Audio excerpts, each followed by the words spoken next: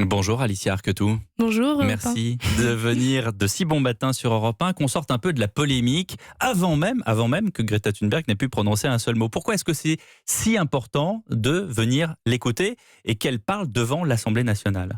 Justement, tout simplement parce qu'elle porte en fait toute cette voix de la jeunesse qui s'inquiète de son futur et qui, en fait, c'est une vraie angoisse. Moi, j'ai vraiment des amis qui sont dans des angoisses totales face au futur incertain qu'on nous laisse et au futur plutôt qui s'annonce plutôt catastrophique. Quelle sorte d'angoisse ?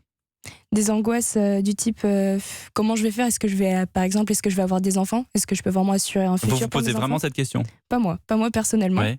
Parce que de toute façon, je ne pensais pas avoir d'enfants, mais j'ai des amis, oui. D'ailleurs, une des speakers à l'Assemblée tout à l'heure va en parler, parce que c'est une de ses angoisses, oui.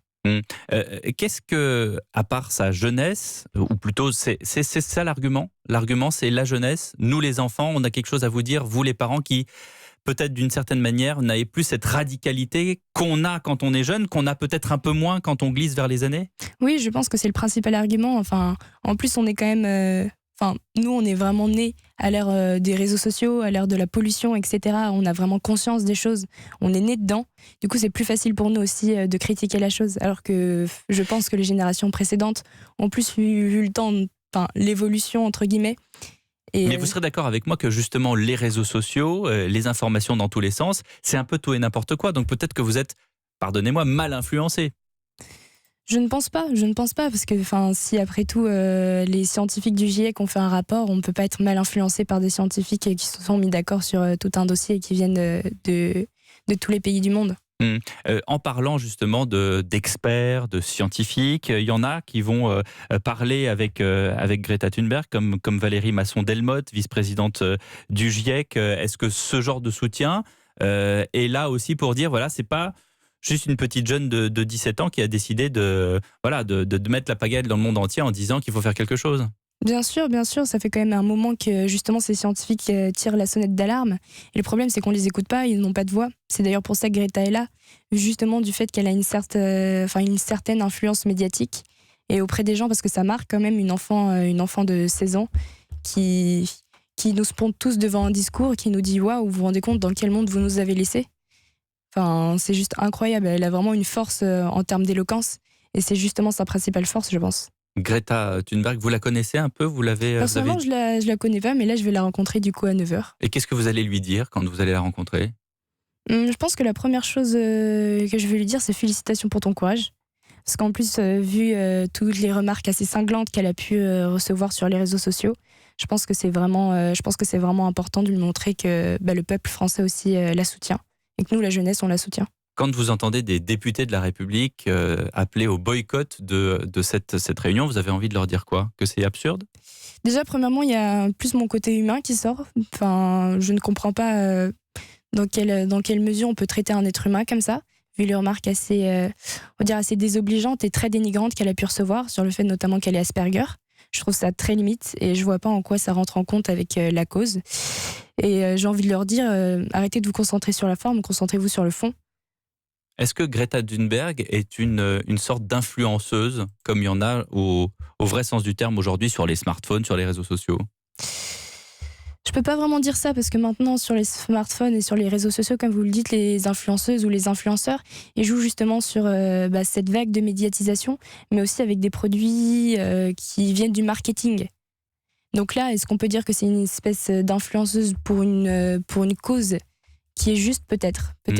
J'ai pas tous les éléments. Donc c'est pas du marketing, Greta Thunberg ? Non, c'est pas du marketing. Parce qu'il y a des gens qui se posent la question, à raison ou à tort, mais en tout cas, elle vend des livres, vous comprenez, il y a quand même un aspect commercial derrière, et certains se disent, tiens, il y a quand même du business derrière tout ça. Vous n'êtes pas d'accord avec ça ? Moi, je suis pas d'accord avec ça, non, parce que certes, il y a un business, mais en même temps, cette jeune fille, elle en a besoin, vu tous les projets qu'elle mène au quotidien, tous les voyages qu'elle fait, elle en a juste besoin. Et puis même, on aura beau dire, de toute façon, c'est pas ça qui est important. Je trouve qu'il y a une polémique qui se crée autour de Greta Thunberg, mais c'est juste pour la polémique.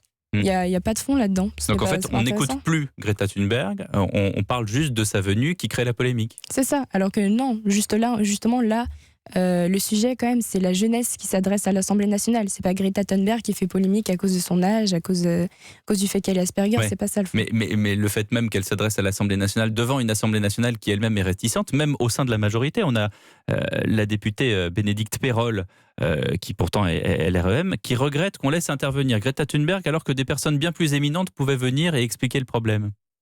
Le problème, c'est que ces personnes éminentes, les grands dirigeants d'ONG, ils vont souvent à l'Assemblée nationale et on les écoute plus, on les écoute pas. Du coup, au bout d'un moment, il va falloir. Donc finalement, cette polémique, elle a du bon, puisqu'elle existe, et du coup, on va écouter Greta Thunberg. J'espère qu'elle aura du bon. On va voir les réactions du public, on va voir les réactions des députés dans l'Assemblée nationale. Il va y avoir qui à cette réunion ? Il y a une petite, comment dirais-je, un petit speech liminaire de 10 minutes et ensuite un débat d'1h30, c'est ça ? Alors, techniquement, en fait, non, c'est le vice-président de l'Assemblée nationale qui va faire un speech pendant, je crois, 3-4 minutes pour présenter. Après, du coup, le fameux speech de Greta Thunberg pendant 8 minutes. Et moi et 2 de mes camarades, on va suivre et on va faire chacun un discours à peu près de 2 minutes. Et vous allez dire quoi ? Moi, ce que je vais dire... Alors, je vais pas trop vous spoiler, normalement, j'ai pas trop le droit. Mais juste pour vous donner une petite clé de voûte, je pense que mon discours sera vraiment axé sur le fait que la lutte est en train de s'intensifier et que là, on n'attend plus que les politiques pour réussir et pour porter de manière nationale nos revendications. Comment est-ce que vous procédez pour faire un appel aux politiques ? Comment est-ce que vous arrivez, avec tout ce qu'il y a, avec tout ce qu'on vient de dire, avec toute cette polémique, comment est-ce que vous arrivez à leur tendre la main en disant « Venez, c'est important, il faut vraiment être avec nous ».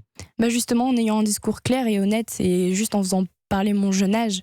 Et justement, certes, mon expérience plutôt réduite en termes de politique, en termes d'économie, même en termes d'environnement, j'ai les connaissances de base.